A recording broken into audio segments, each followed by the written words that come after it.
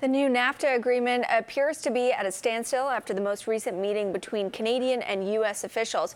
Our next guest says there's a less than 50-50 chance of the deal going through and says we could soon be talking about going back to the old NAFTA if a new administration takes the White House next year. To discuss, we've got Brendan LaCerda, Canadian economist with Moody's Analytics. Brendan, thanks so much for being with us. You say that the probability that the USMCA or the new NAFTA becomes law of the land rests slightly below 50-50. Why? The odds that the USMCA is going to get passed have fallen below even over the last month. And that's primarily because of political developments in the United States. With the fight over the border wall in the United States, Congress tried to block the president's emergency declaration. He vetoed that, which means that the U.S. Congress, which is controlled by the Democratic Party, is not going to rubber stamp his new trade deal with Canada and give him a victory that he can tote in the election next year. One of the things you also point out that it's not just the U.S. that are reducing the probability that this deal gets done and ratified. It's also developments in Canada and then the heat that Trudeau's government is taking, and it's associated with those deeply unpopular tariffs that Canadians would not want to see a trade deal ratified while tariffs are still in place. Another thing pushing down the odds of this getting approved is also Prime Minister Trudeau's political troubles. He, has already lost some support because of the scandal, and his government has staked out an absolutist position that they're not going to agree to the USMCA and pass it if the United States doesn't remove these steel and aluminum tariffs. It seemed like, if Canada agreed that this would be a quick deal.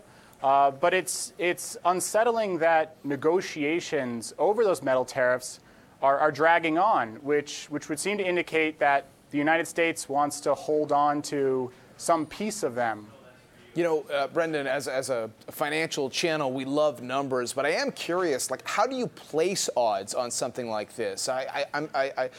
My skeptical view is that most of the lawmakers who are involved with this don't sit around saying, is it 40, 60, 50, 50, whatever. They're just trying to get something done. Our Foreign Affairs Minister, Chrystia Freeland, back in Washington this week to try to make some inroads here. We had a trade lawyer this week who said the president sees himself as a tariff man. I mean, he himself is a massive wild card in this. Is it worth having odds when you just ultimately don't know what direction the U.S. president might go? Agreed. There is obviously some subjectivity here, but with my analysis, I tried to utilize the economic principles of game theory, going through each step of how this trade deal is going to become law, and then saying, at each step, what are the odds that it's going to get past this point? Also, we can rely on history. If we think back to 1993, 1994, after the leaders agreed to NAFTA, it didn't become law until a year later because domestic political pressures in the United States forced the parties to go back to the negotiating table and renegotiate side agreements. Now, the problem is, President Trump has threatened to terminate NAFTA if we go down that road. So, the approach I take is at each juncture, what is the probability that that's going to, come to a successful resolution, and then, add it all up in some sense. So let's put numbers then to what this could mean to Canada. U.S. Trade Representative Lighthizer, when he was testifying in front of Congress, said it would be a catastrophe if the USMCA was not ratified in the United States. What would it mean to Canada?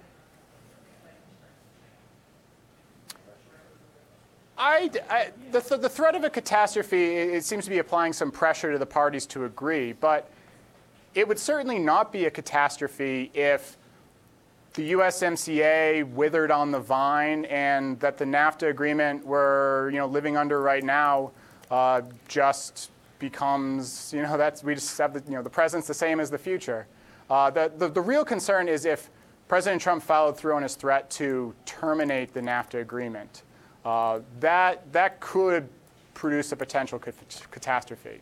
You know, Brendan, we've been talking a lot today about debt loads of average Canadians. Is that a risk, for example, for Canadian banks? And we're fresh off a federal budget where we saw one rating agency, Fitch, warn about Canada's own debt level. Moody's knows a thing or two about debt ratings. Do you think this trade story, if we're back to this uncertainty around getting a trade deal done, does that, do you think, ultimately impact the credit outlook for a country like Canada?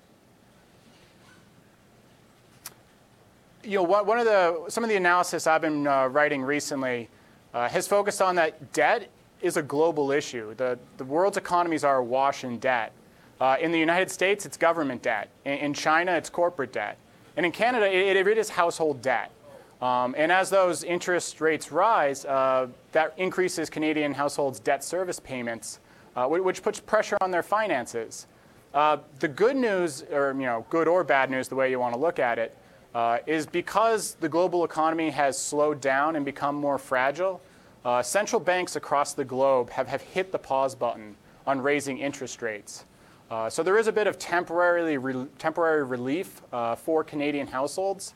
But inevitably, and what we're looking at is that late 2019, 2020, interest rates will start rising again.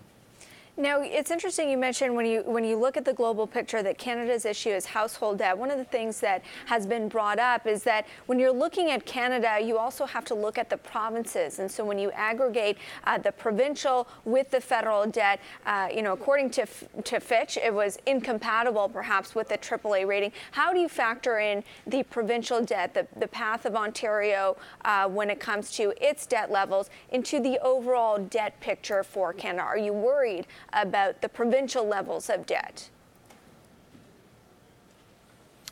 I mean, there's always cause for concern. I think at the end of the day, debt is when we ask ourselves the question, is debt a problem? The question is, what is our ability to pay it back? Our forecast shows, in our analysis, is that the Ontario economy is really strong. If I was, looking, farther west, I would have more concern. The drop in oil prices has led to a sharp increase in unemployment in Alberta. That reduces revenues. And also, a lot of the analysis I've been looking at recently and, what I've done on my own is that British Columbia, and namely Vancouver, is at a very high risk at the moment. As it relates to the housing market and the fervent pace of construction, which is outstripped population growth in the area. So, part of our forecast is we're expecting a deterioration in Vancouver's housing market, which will negatively affect the economy and impair government revenue growth. So overall, I'm thinking farther west, I'm a little more worried about provincial debt, but Ontario, I'm less concerned. Brendan, good to get your perspective. Thanks for joining us. Brendan LaCerda, Canada economist for Moody's Analytics, joining us.